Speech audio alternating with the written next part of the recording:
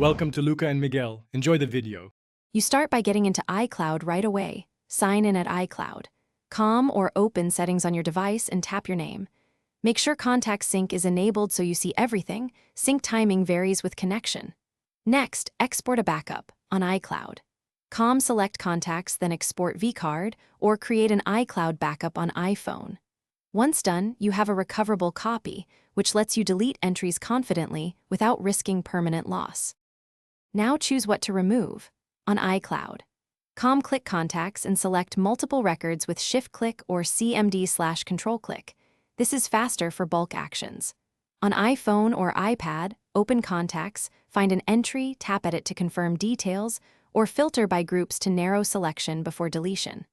On Mac, use the Contacts app and select several contacts with Shift or CMD.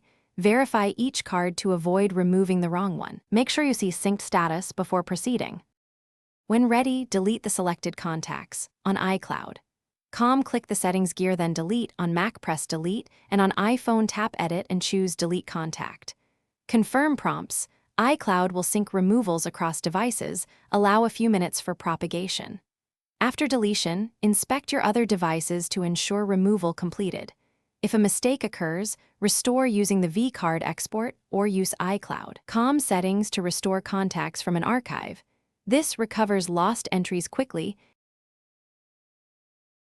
Thanks for watching and please subscribe. It's the best investment you'll ever make.